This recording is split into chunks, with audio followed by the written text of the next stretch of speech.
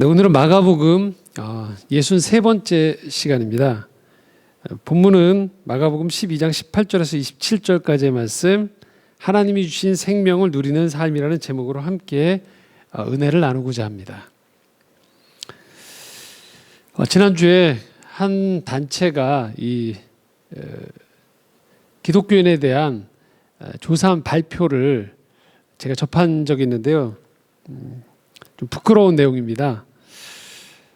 일반인들과 이 전체 사회가 바라보는 기독교인에 대한 인식인데요. 이렇습니다. 기독교에 대한 그 인식이 퍼센테이지가 이렇답니다. 거리를 두고 싶은 이라는 게 32%가 되고요. 기독교인 하면 이중적인 30%, 사기꾼 같은 29%, 이기적인 27%. 반면에 불교와 천주교에 대한 이미지는 온화한, 따뜻한이라는 단어가 나왔대요. 한 트렌드를 조사하는 업체에서 발표했고 이걸 기독교 방송에서 인용을 한 걸 제가 접했었는데 더 충격적인 것은 이게 최근 기사가 아니고 올 6월 달에 조사된 이 데이터라는 거죠. 이 코로나에 지금 각 교회와 사회 속의 충돌과 또 아마 어떤 교회들은 오늘도 예배를 현장에서 드리는 교회들이 있을 텐데 그것들에 대한 사회의 우려 이런 것들이 뒤섞여 있는 가운데에서 아마 지금 이 똑같은 질문을 던지면 훨씬 더 부정적으로 나오지 않을까 싶습니다. 특히 지난 한 주에 많이 회자가 됐던 내용 중에 하나가 이런 얘기가 있었어요. 교회는 생명을 걸고 예배를 드린다라는 표현이 나왔어요. 맞습니다. 교회는 이 생명의 주관자 되신 하나님을 믿습니다. 그리고 그 어느 곳보다도 이 생명사랑이라는 표현을 많이 사용하고 있어요. 그래서 이런 코로나 때 위기 속에서도 이 생명이라는 단어를 꺼내는 게 사실 기독교인들 입장에서는 그렇게 어색해 보이지 않을 수 있습니다. 하지만 지금 왜 기독교가 이 생명이라는 단어를 이야기하고 있을 때 사회와 충돌이 일어나는가를 가만히 들여다보면 사실 우리가 이 교회 안에서 쓰고 있는 이 생명이라는 이 단어를 잘못 이해하고 있거나 제한되게 인식하고 있는 것은 아닌가라는 우려를 금할 수 없습니다. 그러니까 이렇다라는 거예요. 교회에서 관용적으로 쓰는 이 생명이라는 표현을 그저 우리가 신앙적으로 이야기하는 영적이다라고 생각하는 활동의 어떤 역동성 또는 어떤 내면에서 일어나는 일 그리고 예배당 안에서 드려지는 의식 몇 가지를 제대로 수행할 수 있느냐 없느냐로 이 생명이란 단어를 혹시 우리가 사용하고 있는 것은 아닌지 교회가 하고 있는 활동을 바로 생명이라는 것과 연결하고 있는 것은 아닌지를 한번 질문을 던져볼 필요가 있습니다. 성경에서 말하는 생명은요 아주 1차적인 것부터 시작합니다. 그것은 우리가 알고 있는 것과 동일해요. 호흡이 있는 모든 존재가 살아가는 것을 생명이 있다고 표현하는 거예요. 하나님은 이 땅에서 호흡을 가지고 숨을 쉬고 무생물이 아닌 가운데 고체나 어떤 고정되어 있는 것이 아닌 태어나고 또는 발아하고 그것들이 자라나고 소멸해 나아가는 가운데 있는 그 생명력을 품은 모든 생명을 사랑하세요. 그래서 이 땅 살아가는 가운데에서 우리가 생명을 사랑한다는 것은 우리가 알고 있는 호흡이 있는 모든 이 존재들을 존귀하게 여기는 것을 의미해요. 자, 그럼 여기서 끝쳐지는 것이냐? 그렇진 않죠. 기독교에서 말하는 이 생명은 그런 1차적인 호흡을 가지고 살아가는 생존, 생태보다 더 풍성한 것이 그 안에 담겨져 있다라는 거예요. 생명을 통해서 유지가 되어지는 만날 수 있는 이 풍요로움과 풍성함이 이 생명 안에 담겨져 있다는 거죠. 단순히 호흡만 가지고 살아가는 생존, 그것만이 생명의 의미의 전부가 아닌 한 생명을 통해서 관계가 일어나고 열매가 맺히고 이 땅 가운데서 풍요로움들이 오는 것, 그것이 전체 생명을 이야기하는 기독교의 큰 그림이라는 거예요. 그렇기 때문에 지금처럼 일차적인 의미에서의 이 생명, 그러니까 호흡이 있는 존재들이 생존이 위태로워질 때 교회는 그 생존을 마땅히 보호해야 돼요. 책임감을 가져야 되는 겁니다. 자, 이런 것들을 비신앙적이거나 타협적인 자세로 오도하면 안 된다라는 것이죠. 분명한 것은 이 기독교의 역사를 보면 이 생존을 의미하는 일차적인 생명을 아까워하지 않았던 그런 신앙인들이 있었어요. 이걸 뭐라고 이야기하느냐? 순교라고 이야기합니다. 그런데 이 생존을 넘어서는 아까워하지 않았던 이 생명을 아까워하지 않았던 상황은 어떤 상황이냐? 더 큰 구원이라는 가치를 위해서 기꺼이 자신의 생존을 포기하는 썩어서 한 알의 미랄이 되어도 좋다라는 상태에서 자신의 이 생존을 포기했던 겁니다. 그걸 우리는 순교라고 얘기하는 거예요. 하지만 지금은 지금과 같이 이 예배를 우리가 꼭 무조건 현장에서 드려야 된다 이야기하면서의 거론하는 생명은 하나의 미랄이 아니라 자칫 생명을, 이 땅에 있는 모든 연약한 자들의 생존을 위협하는, 생명을 적극적으로 위협하게 되어지는 바이러스가 되어버린 상황이라는 거예요. 그렇기 때문에 이 땅에 있는 생명체들이 위협을 당할 때 마땅히 교회는 어머니의 심정으로, 아버지의 심정으로, 더 큰 우산이 되어주는 심정으로, 더 큰 숲이 되어주는 심정으로 생명을 보호하고 안심시키고 이 생명의 안정감을 그 어느 단체나 조직보다도 더 보호해주고 나서는 일에 앞장서야 된다는 것이죠. 그렇기 때문에 이 생명을 대한다는 일은 너무나도 어려운 일입니다. 여러분들 중에 이 반려견을 키우시는 분도 계시고요. 또 집에서 식물을 키우시는 분들이 있을 겁니다. 어떻습니까? 어렵습니다. 그래서 저희 집 같은 경우는 생명체를 저희 자녀 외에는 키우지 않습니다. 왜? 어려운 일이니까요. 이 반려견이나 식물을 키우면 해외를 나가거나 어디를 이동할 때조차도 어려워요. 왜요? 이 집안에 있는 이 생명체들을 보호해줘야 되니까요. 이 생명들을 보호해주고 돌봐야 되니까요. 그것이 생명과 더불어 살아가는 사람들이 마땅히 가져야 되는 이 책임감입니다. 그렇기 때문에 기독교 신앙을 가지면서 우리가 생명이신 하나님을 만난다. 그리고 생명의 하나님을 만나면서 우리가 살아가는 이 교회 공동체가 생명력 있는 공동체가 된다는 것은 뭘 말하느냐? 시시각각으로 변해가는 세상 속에서 이 생명체가 생명체답게 유지되어지기 위해서 섬세해야 된다는 거예요. 성실해야 된다는 거예요. 그리고 인내가 필요하다는 거예요. 그렇지 않으면 이 기독교 그리고 교회는 어느 순간에 대단히 경직된 종교가 되어지기 쉽습니다. 세상의 상황을 외면하는 거죠.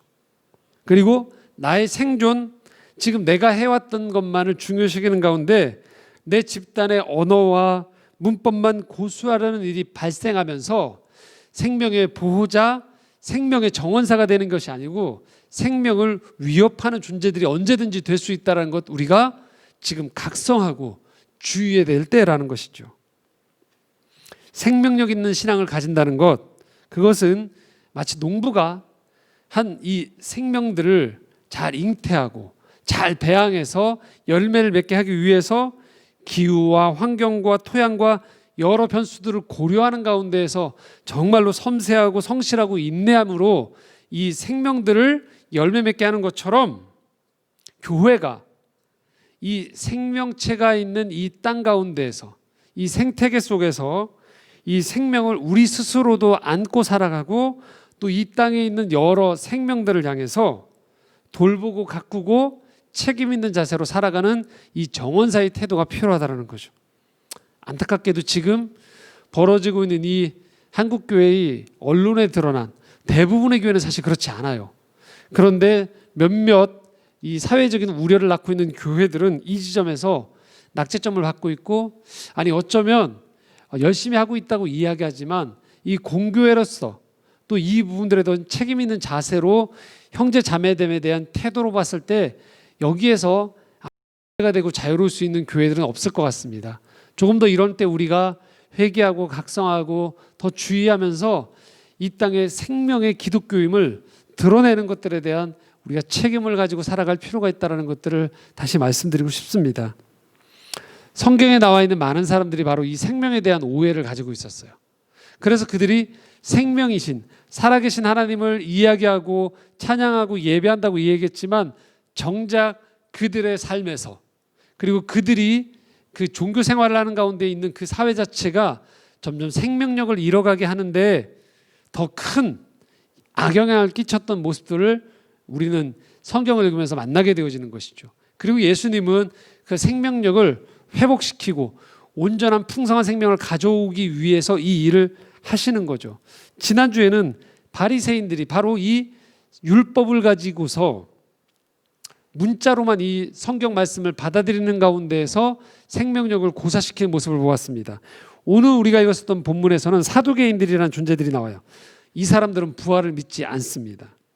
성경이 말하는 이 생명과 연결되어 있는 부활의 개념이 아닌 철저하게 자기들이 가지고 있는 종교화되어 있는 생각을 가지고 생명력을 말살시킨 한 집단이 나오는 거예요.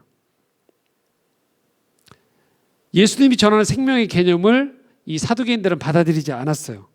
자, 무엇을 말하느냐? 이들은요, 이 땅 안에서만 지금 살아가고 있는, 호흡하고 있는 생존만을 생명이라고 이야기했던 사람들이에요. 죽음 이후의 생명에 대해서 이들은 관심이 없다고 생각했던 사람들이에요. 그렇기 때문에 이들은 부활을 믿지 않았어요. 그러다 보니 이 사두개인들은 대단히 종교적이지만 이 종교적이라는 것이 현세 지향적이면서 이 땅에서의 그들이 누려야 되는 것들을 다 누리려고 했던 집단입니다. 유대의 종교 정체 최고 지도자인 대제사장들이 지지한 당파예요. 귀족 계급에 속했습니다. 그리고 이 땅에 있는 유력자들과 이들은 아주 강하게 결탁이 되어 있었어요. 그래서 이들은 아주 정치적인 집단이었습니다. 그들은 그래서 부활을 믿지 않았어요. 이 땅 안에서의 그들이 알고 있는 생명이 전부라고 생각을 했던 겁니다. 이들이 지금 예수님께 와서 이 부활에 담겨있는 생명의 의미에 딴지를 거는 겁니다. 18절부터 23절까지의 말씀인데요, 함께 읽도록 하겠습니다. 부활이 없다는 사두개인들이 예수께 와서 물어 이르되, 선생님이여, 모세가 우리에게 써주기를 어떤 사람의 형이 자식이 없이 아내를 두고 죽으면 그 동생이 그 아내를 취하여 형을 위하여 상속자를 세울지니라 하였나이다. 칠형제가 있었는데 마지가 아내를 취하였다가 상속자가 없이 죽고, 둘째도 그 여자를 취하였다가 상속자가 없이 죽고, 셋째도 그렇게 하여 일곱이 다 상속자가 없었고 최후의 여자도 죽었나이다. 일곱 사람이 다 그를 아내로 취하였으니 부활 때 곧 그들이 살아날 때 그 중의 누구의 아내가 되리이까?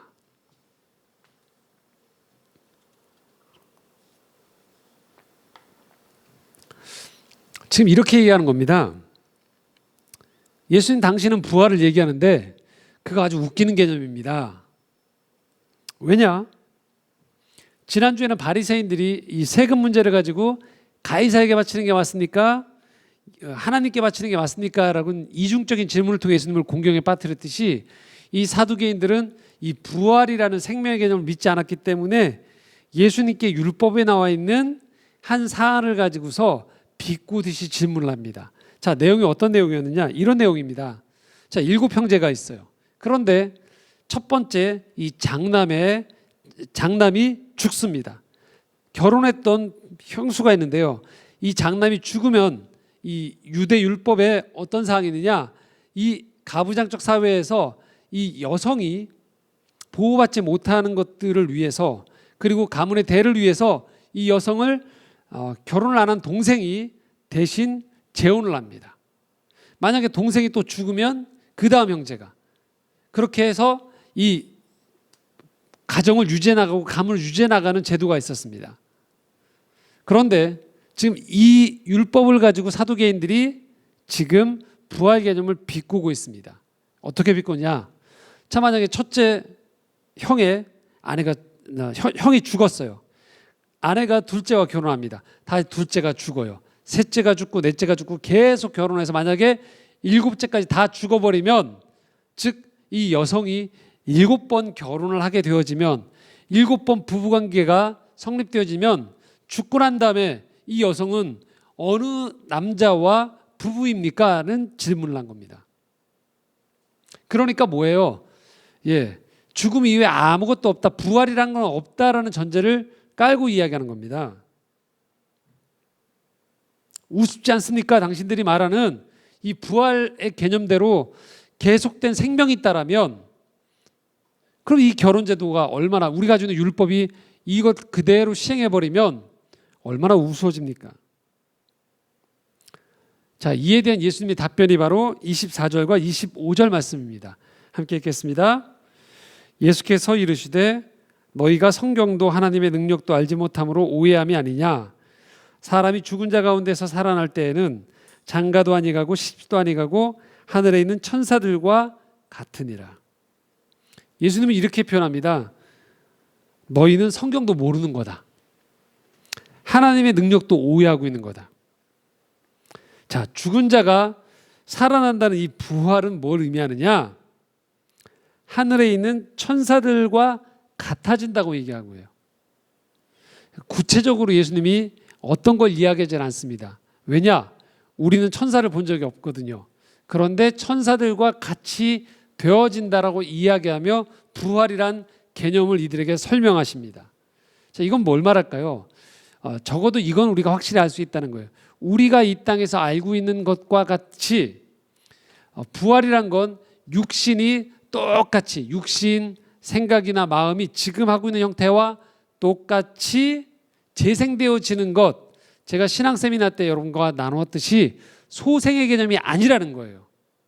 부활은 이 땅에 생명을 가지고 있던 사람들이 더 풍성한 하나님의 이 생명에 참여함으로 인해서 전혀 다른 질적, 존재론적인 차원이 다른 존재가 되어진다는 것, 이게 바로 성경에서 말하는 부활의 개념이라는 거예요. 자, 사두개인들은 생존, 이 땅의 생존만을 생각했던 거예요. 그래서 이 생존이 부활이 되어진다라면 또 한 번 반복된다는 거냐, 우습지 않느냐라고 지금 문제 제기를 하고 있는 거예요. 하지만 예수님은 아니, 이 땅의 생존보다 더 풍성하고 전혀 다른 차원의 이 생명의 역사가 있는데 그게 바로 부활이라고 설명하고 있어요. 자, 우리가 여기서 이제 이해할 수 있는 것이 있습니다. 그것은 생존하는 우리들은요, 이 땅에서 생존하는 우리들은 육신의 한계를 입고 살아가게 되어 있어요. 제한된 존재들이에요. 그래서 완벽하게 건강한 사람이 없어요. 우리 누구나 완벽한 성격을 가진 사람이 없어요. 완벽한 성품을 가진 사람도 없다는 말이에요. 크고 작은 질병, 장애, 성격적인 결함, 성품적인 모자람을 가지고 있어요. 그로 인해서 우리는 이 땅을 살아가면서 크고 작은 다툼과 깨어짐과 실패와 좌절을 맛보게 되어지는 거예요. 그래서 이 땅에서 우리는 생명이 줄 수 있는 풍성한 행복과 충만한 기쁨을 다 완벽하게 누리지 못해요. 하지만 하나님이 우리에게 이 땅에 생존과 호흡을 불어넣어준 근원적인 이유는 왜냐? 바로 이 생존 너머에서 풍성하게 임하는 하나님의 이 풍성한 생명을 누리라고 요청하신다는 거예요. 그래서 이 부활이 우리에게 주어진다는 건 뭘 말하느냐? 그냥 생존하면서 사는 게 다 이렇지 하는 것들을 넘어서는 본래의 가장 좋은 상태, 생명이 이 땅에 도래했을 때 주어질 수 있는 가장 좋은 상태를 하나님이 회복시켜 준다는 거예요. 그때가 되어지면 우리는 너무나도 아름답고 풍성하고 소중하게 서로를 대하는 가운데, 존귀하게 대하는 가운데에서 더 이상 질투하고 경쟁하고 다투고 배제하는 것이 아닌 더불어 살아가는 기쁨을 맛보게 되어진다는 거예요. 그게 생명의 아름다운 교향곡이 울려 퍼지고 아름다운 전시회가 열리는 것이며 아름다운 만찬이 되어지는 것, 그것이 바로 부활을 통해 우리에게 경험하게 하려고 하는 하나님의 계획이라는 거예요. 그렇기 때문에 이 땅을 살아가면서 부활을 믿는 사람들은 그것이 바로 부활의 본래 의미, 생명의 본래 의미인 것을 알고 단순히 생명만을 위해서 살아가는 것이 아닌 풍요로운 이 생명의 경험을 누리며 우리가 살아가는 비전을 이 땅에서 끊임없이 실현해 나가야 된다는 것이죠. 예수님이 이 땅에 오셔서 고쳐주시고 사람들을 먹여주시고 가르쳐주신 이유는 그냥 호흡이 있는 사람들의 생존을 더 보태주기 위해서가 아니라는 거예요. 사람들은 먹으면서 서로 대화하고 하나님이 주시는 영혼 육의 풍성함을 경험하는 거예요. 가르침을 받으면서 단순히 지식에 그치는 것이 아닌 내 생의 목적과 살아가는 전망을 대로 보게 되어지는 가운데 오는 영혼의 안식을 경험한다는 거예요. 아팠던 것들이 회복이 되어지면서 영혼 육의 온전한 건강함에서 오는 자신감, 사람들을 바라보면서의 온전함들을 경험하도록 만드는 것, 그것이 바로 하나님이 이 땅 가운데서 우리에게 주려고 했던 이 부활, 그리고 부활의 증인의 삶인 거죠. 예수님은 끊임없이 이 땅에서 그래서 사람들의 생존의 너머에 있는 사람들, 생존에 허덕이는 사람들에게 생존 너머에 더 풍성한 것들이 있음을 가르쳐 주신 거예요. 이게 분리가 아닙니다. 영적인 건 따로 있어서 고매한 것들이 있고, 그리고 생존은 되게 저급한 것이 아니라는 거예요. 그러나 이 생존을 감싸는 더 풍성한 세계가 있으면 우리가 잊으면 안 된다는 거예요. 그저 나무가 자라서 그냥 덕하니 땅 위에 꽂아 있는 것 정도가 아니라는 거죠. 나는 나무로 존재, 이게 아니고요. 이 나무를 통해서 그늘이 되어지고 열매가 맺혀지고, 그리고 숲으로 이루는 장광을 통해서 많은 사람들이 감격하고 행복해하는 그림, 그것이 바로 이 땅에서 부활의 증인들, 부활을 안고 살아가는 생명의 증인들이 해야 되는 역할이라는 거죠. 이것을 단순히 생존 차원으로만 자꾸 전락시키는 것, 기독교를 충분히 이해하지 못한다는 거예요. 그래서 하나님이 자꾸 하나님 나라는 먹는 것, 마시는 것, 입는 것의 나라가 아니라고 이야기하시는 거예요.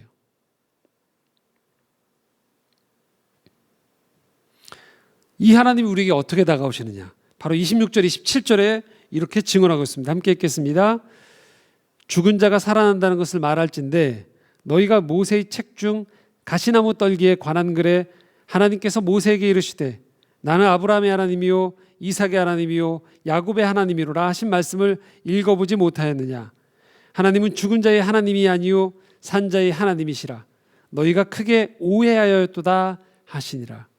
자, 이 생명을 이야기하시면서 하나님이 모세 이야기를 들려주세요. 모세가 누굽니까? 출애굽기 앞부분에 보면 이런 표현이 나와요. 모세가 광야에 지내다가 가시나무 떨기에서 하나님을 만난 경험을 지금 언급해 줍니다. 자, 이 상황이 어떤 상황이었냐? 모세가 80세 된 노인이었어요. 자, 그 전에 스토리는 뭐냐? 40살 때 그가 애굽의 왕자였지만 동족인 히브리 민족을 괴롭히는 것을 보고 애굽 사람을 때려 죽여 살인을 저지릅니다. 그리고 40년 동안 광야에 도망가서 도피하면서 그냥 한 노인으로 나이가 들었던 거예요. 이제 그는 이 세상에서 잊혀진 존재가 됐던 거죠. 그랬던 모세에게 하나님이 가시떨기 나무에서 그를 부르세요. 그리고 뭘 했느냐?